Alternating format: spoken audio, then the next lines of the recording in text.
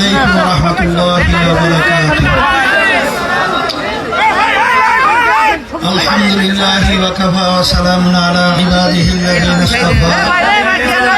أما بعد فأعوذ بالله من الشيطان الرجيم. بسم الله الرحمن الرحيم.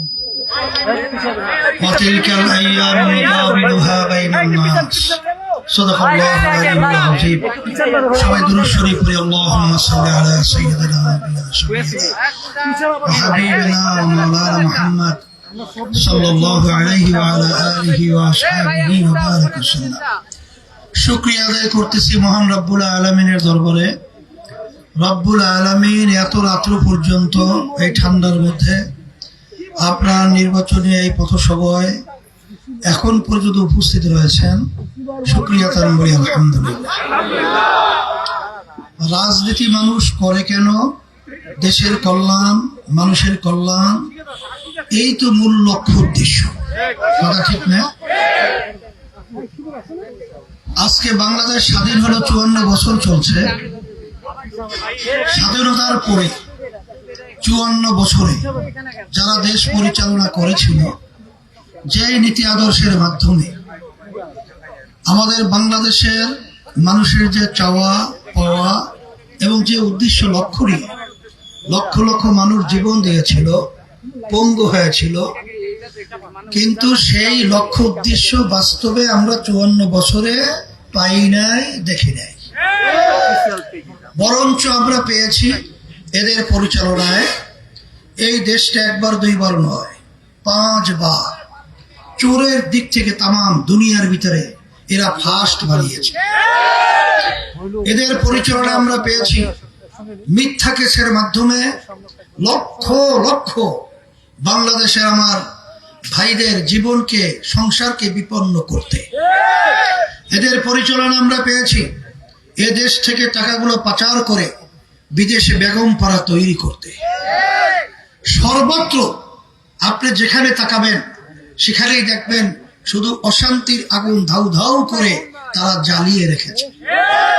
2024 5ই August অভ্যুত্থানের পরে এই দেশ বিনির্মাণের সুন্দর একটা পরিবেশ তৈরি হয়েছে।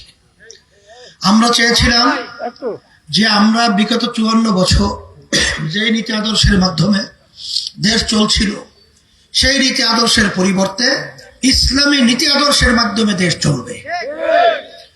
আমরা যখন একটা সমঝোতার মধ্যে আমরা এই আওয়াজ এবং দাওয়াত দিয়ে যখন দেশের ভিতরে নামলাম, বাংলাদেশের মানুষ স্বতঃস্ফূর্ত আমাদের আহ্বানে সাড়া দিয়েছিল, আলহামদুলিল্লাহ।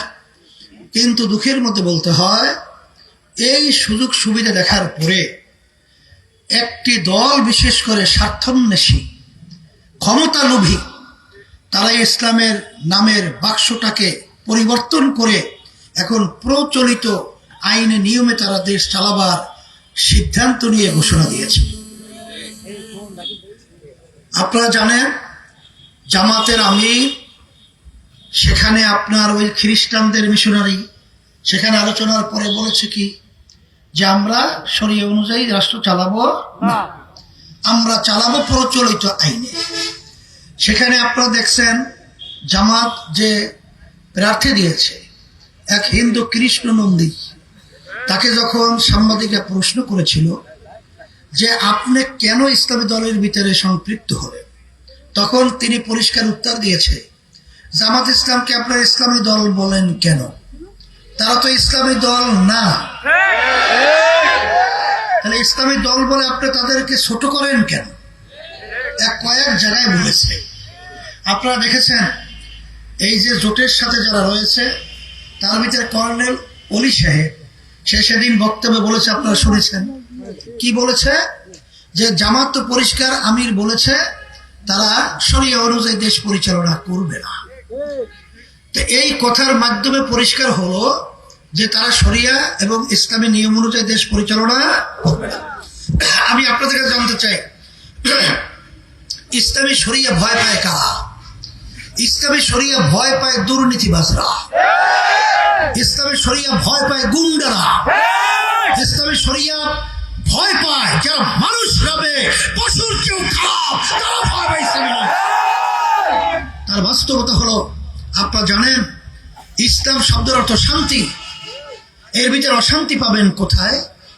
ইসলামী নীতি আদর্শের মধ্যে এমন কথা রয়েছে, বিজাতি সংখ্যালঘু যারা রয়েছে তাদের জান মাল ইজ্জতের নিরাপত্তার ব্যাপারে ইসলাম বলেছে যে মুসলমানদের কাছে তাদের জান মাল নিরাপত্তার যেভাবে তাদের কাছে গুরুত্ব, ঠিক অন্য অন্য বিজাতিদের জান মাল হেফাজত এবং সংরক্ষণের সেইভাবেই তাদের কাছে গুরুত্ব। এটা কি ইসলাম বলে নাই? ইসলাম এমন এক নীতি আদর্শ যেখানে ছোট থেকে ছোট, বড় থেকে বড়, এমনকি মানবতা সাম্য যাকে বলা হয়। ওমর রাদিয়াল্লাহু তাআলা আনহু যখন আমির ছিলেন, অর্ধেক দুনিয়ার রাজত্ব করছিলেন, তখন তিনি জেরুজালেম যখন যায়, জেরুজালেমে তিনি তো এক পর্যায়ে অর্ধ দুনিয়ার রাজত্ব করছিলেন। জেরুজালেম রওনা করছেন উটের পিঠের মধ্যে, তখন গোলাম উটের রশি টানছে। তখন তিনি বললেন যে সেও তো মানুষ, আমি ওমর, আমিও তো মানুষ, তাই আমার গোলাম রোদ্রে পুড়ে চামড়া কালো হবে আর আমি আরামে থাকবো, এটা তো হয় না। তখন সে বলছিল, গোলাম তুমি উটের পিঠে উঠবে, আমি উটের রশি চালাবো, উটের রশি আমি টানবো। তো এরকম পালাক্রমে সে কতক্ষণ রশি টানে, কতক্ষণ গোলাম রশি টানে। এর নাম হলো সাম্য, এর নাম হলে মানবতা, এর নাম হলে ন্যায় বিচার প্রতিষ্ঠা। এই জন্য আমরা ভাইদেরকে বলবো, আমার পর্দারে মা বোনরা যারা শুনছেন, আমরা বারবার 54 বছর ভোট দিয়েছি, নেতার পরিবর্তন করেছি, নীতির পরিবর্তন করি নাই। সেই নীতি যদি আপনারা আজকে ইসলামকে রাষ্ট্রীয় পর্যায়ে ক্ষমতায় নিতে পারেন, এবং সেই ভালো মানুষগুলো আপনাদের সামনে দাঁড়িয়ে আছে, এই মানুষগুলো যদি ক্ষমতা পায়, আল্লাহর রহমতে সর্বসেক্টরে সর্বক্ষেত্রে মানুষের মুখে আল্লাহর ফজল করবে হাসি ফুটাতে পারবো। এই জন্য আমি সকল পূজার আহ্বান জানাবো যে আসেন আমরা সব এক একাকার হয়ে, নির্বাচনে বেশি দিন বাকি নেই, আমরা যে রুটিন অনুযায়ী যারা চলছি, রুটিন ভাঙতে হবে। আমরা আমার ভাইদের কাছে যেতে হবে, আমার মা বোনদের কাছে যে দাওয়াত পৌঁছাতে হবে। যদি আজকে ইসলামের পক্ষে একটাই বাক্স আজকে বাংলাদেশে নির্বাচন করছে, সেই বাক্সের নাম হল ইসলামী আন্দোলন বাংলাদেশ, হাত পাখা তার প্রতীক। যদি একটা ভোট ইসলামের পক্ষের বাক্সে বাড়ে, ইসলামের শক্তি বাড়ে। কথা ঠিক কিনা? আর ভোট তো প্রচার প্রশ্নই আসে না, কারণ এবার তো আবার আপার হাউস আছে। যদি আমাদের ভোটের পরিমাণ বাড়ে, আমাদের আপার হাউসে এমপি হবে। তাহলে আমি দিনাজপুর, আমি তো অনেক আগ থেকেই আসি, এখনো আজকেও আসছি, সেই হিসাবে আমি সকল কথা আহ্বান জানাচ্ছি, আসেন আপনাদের কাছে আমি ইসলামের পক্ষে, দেশের কল্যাণের পক্ষে, মানবতার কল্যাণের পক্ষে হাত পাখা প্রতীকের প্রার্থীদেরকে বিজয়ের জন্য, ভোট দেওয়ার জন্য আমি আপনাদেরকে অনুরোধ করছি, ভোট চাইতেছি। আপনারা কি করবেন তা জানি না, আমার দায়িত্ব আমি শেষ করছি। আর অনেকে মনে করেন আমরা একা হয়ে গেছি, আমরা কিন্তু একা না, আমাদের সাথে আল্লাহ আছে। আমরা একা না, যারা দেশকে ভালোবাসে তারা আমাদের সাথে আছে। আমরা একা না, যারা ইসলামকে ভালোবাসে তারা আমাদের সাথে আছে। সেই দিক থেকে এই আজকে 6 জন প্রার্থী আমাদের সামনে এখানে দাঁড়িয়ে আছে। যেহেতু আপনার দিনাজপুর 1 বীরগঞ্জ আর কাহারোলে অ্যাডভোকেট মোহাম্মদ চাঁদ মিয়া, এই চাঁদ মিয়ার হাতে আমি হাত পাকে উঠিয়ে দিলাম শান্তির প্রতীক, আল্লাহ কবুল করুক।